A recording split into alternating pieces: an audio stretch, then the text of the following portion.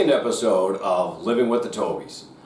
In the last episode, if you remember, we talked a little bit about where did this house come from. And in this episode, we're actually going to explain to you how we even got to the process of finding what we believe now to be the original site of the house. If you remember in the first episode, we talked about they did material culture around the house. The house has a structure of 1650-ish, maybe a little earlier, maybe something around there. But the foundation is around 1800 to 1810, so it doesn't work. We can tell that the house was moved. Where did it come from? Well, as we said earlier, we've got 2.5 acres. It's on the pond. The house right now is situated in the front corner of the lot. And after the archaeologists couldn't find where the house was, they didn't know if it was maybe rotated on its exact spot, they said, who owns that grassy knoll in the back corner of the property, which is right on the pond? It's a nice grassy knoll, you know, that will make water shed away, and there's also fresh water back there. So they said, well, that could be the quintessential 17th century home site. They would build on top of a grassy knoll, so the water would shed. It's near fresh potable water, and there's a riverway. Before it was dammed to make a pond, it was a riverway that could get you out to the ocean. It was a good location. So we said we owned it. This was March, so there was no leaves, they could see it. And they said, can we do a test hole? Famous last words, can we do a test hole? Well, that test hole eventually turned out to be the size of an Olympic swimming pool. But to get to that point, they tested the ground. The first hole that they tested pulled out an Indian arrowhead, a Native American point, which was pretty fantastic.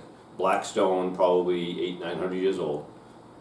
Really nice piece. Still sharp, looked like it might have been dropped, or if it hit an animal, it just broke off. But it was a pretty good size one too. So we said, oh boy, look at this. We have a native arrow point. Further on into that same test hole, we're starting to find fragments of brick. Now, the native population wasn't using brick. They did have pottery, but they weren't making brick, and this was clearly brick. So they moved on to another test hole, and now they're finding pottery and brick and other broken wares to show that on top of this knoll, there was some activity, some English activity from an earlier time. And so throughout that summer, they did multiple test holes, and sometimes nothing was found, and sometimes a lot was found. A trash pit was found, and it was pretty exciting. There was one test hole where my family's now getting involved. It's kind of exciting.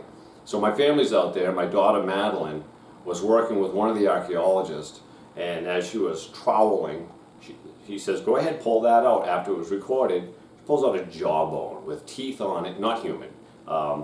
And it was pretty exciting. And now it gets my family really involved with archaeology and discovery. So that was an interesting summer, a fun summer. The archaeologists recorded that there was something going on. This could be where the house came from. And guess what? The mystery's been solved. We now know where this house came from. We now know where the archaeology stuff is. And, well, the summer's over and they backfilled the holes, which is good because I have to maintain the property. Well, so we were done. And now it's school starting in September. My niece Olivia, who also lives in town, she was in the 7th grade at the time, she says, Uncle Tom, do you think, I described this to my history teacher, do you think we can do a field trip at that archaeology spot? I said, let me talk to the archaeologist.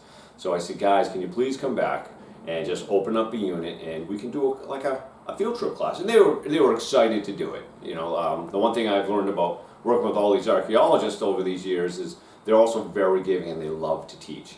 So they came over in the morning before the students came, and they were going to open up a 1-meter test hole. And I was standing there with them as they're sticking the shovels in the ground, taking the grass off, and bringing it down to the next level, just to get it down to level 1, and bang, the shovel just stops with a hard thunk. And they look at each other. What is this? Did some scraping, came right down on top of a brick laid flat. Scraped a little next to it, and there's another brick right next to it. Scraped a little more, and another brick. They've got a course of brick in its right location. And you can see a little bit of shell mortar in between. And that's when they said, uh-oh. So the class came, and instead of going into that test unit, obviously, because something was found, we opened up another test unit. The students had a great time. The history teacher had a great time. But now the archaeologists couldn't wait for these students to leave so that they can get back into the other one. Well, guess what happened? They didn't just come down on a couple of bricks. And you'll see in the picture, eventually as we excavated further, we found an H hearth, which would be a double-sided hearth, front to back, which would be parlor and hall or kitchen side. And it's all there, and it's multiple courses of brick. On the kitchen side, it still has all of its pink granite from Falmouth floor. It's got a pile of soot from when they picked up the house and moved it. They just covered it over with dirt. In that was artifacts, and I'll get into that in a second. But to find an H hearth still in the ground and nearly complete. Now the top section obviously was bombed out. People would come, or as they moved the house, they'd reuse the brick, or they wouldn't want just a chimney in the middle of a field. They took it down and discarded it, and then just covered over the base of the chimney. Very exciting find, and well, that actually led to us taking the discovery much further, and multiple years of digging, test hole after test hole, and to the point where we said we now need to connect the dots. And our field pattern, it's all laid out digitally, and now we've excavated a pretty good sizable area. And at this point, this is when we started the nonprofit, and we've been bringing in classes, so many classes. I think at this point we've got to be over 1,000 students that have come and dug on site and worked with archaeologists and have removed artifacts from the ground, fully recorded. It's been very exciting, and to the point where I had an archaeologist says he can't think of another second quarter 17th century intact home site known in the Northeast, or maybe even in the country.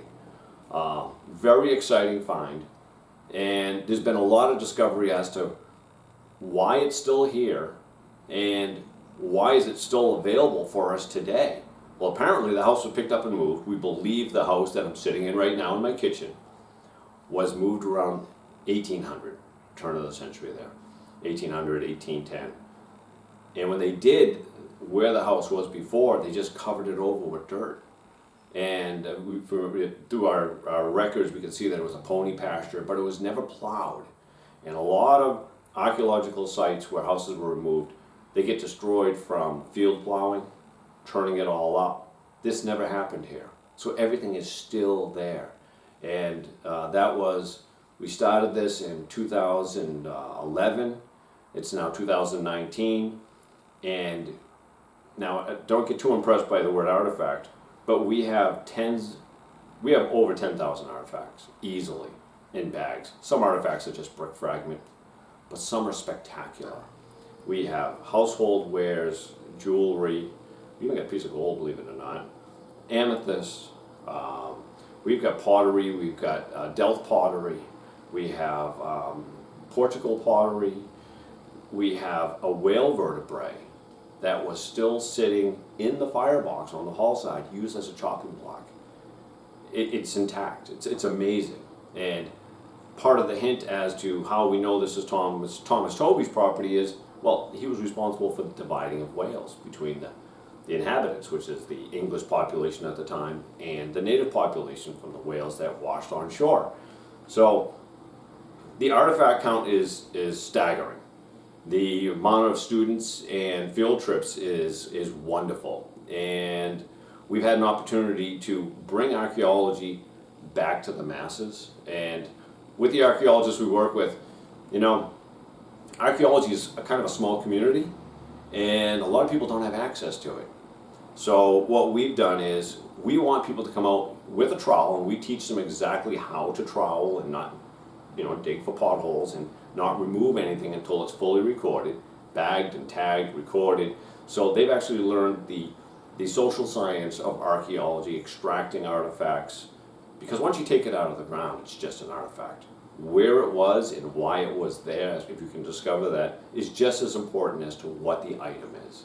We're not pot hunting, we're not looking for artifacts for show, we're looking for data. And we've got an awful lot of data, and we've only scratched the surface. So it's pretty exciting what we found. So, now what do? Here we are, we're multiple years in, and as I said in the last episode, we now want to put a video series of all of these discoveries, and they're endless, the amount of content we have. And so in episode 3, the next episode, what we'd like to do is we'd like to start showcasing some of these more special finds. We have attles, which was used to hunt woolly mammoths in my backyard thousands of years ago with the native population. We have multiples. We have musket balls. We have seal-top spoons, which are most likely dated to late 1500s, or probably brought over on one of the ships. Endless amount of native points, smoking pipes, some very special pipes too, very rare intact pipes. You name it, we have it. It's only just begun. But now, well, the one thing we're also doing is we're promoting archaeology, into areas that don't have access to our colonial heritage. And that's where we started a special program where if a school would like, we put together a box of, say, somewhere between 25 and 50 artifacts, native, English, Portuguese, all the things that we have, and we'll send them to the school, and we let the students actually handle these, and we'll remote in on the computer and do a class so that they have an opportunity to touch their heritage. We did this down in Texas with a school that these students didn't have access to how this country started, their heritage. We sent it to them. It was very successful. It was an awful lot of fun. So now we're opening that up because we have so many artifacts. They're all logged, they're all protected. We're not worried about ruining anything. If anything is super sensitive, obviously we won't be shipping that out to a school. But we have so much that we can share, and that's where we're going. So in the next episode of Living with the Tobeys, there's so much more to bring up. We are rediscovering what happened in the second quarter of the 17th century here on Cape Cod, here in Sandwich, which was first inhabited in 1637. Where's this going to take us? Don't know. You're not going to believe some of the artifacts that these kids have been pulling out of the ground. Their eyes light up. We get excited when they pull them out of the ground just to see their excitement. Plus, some of these artifacts are so fantastic that we get excited to see them ourselves. But these kids are having a great time holding, discovering, recording. They're fantastic. And that's what we want to bring to you on the next episode. The next episode, we'd like to show you some of these great things and some of these pictures of these kids pulling them out of the ground. So remember, I want you all to like, subscribe, and hit that notification bell. I'll see you all next time.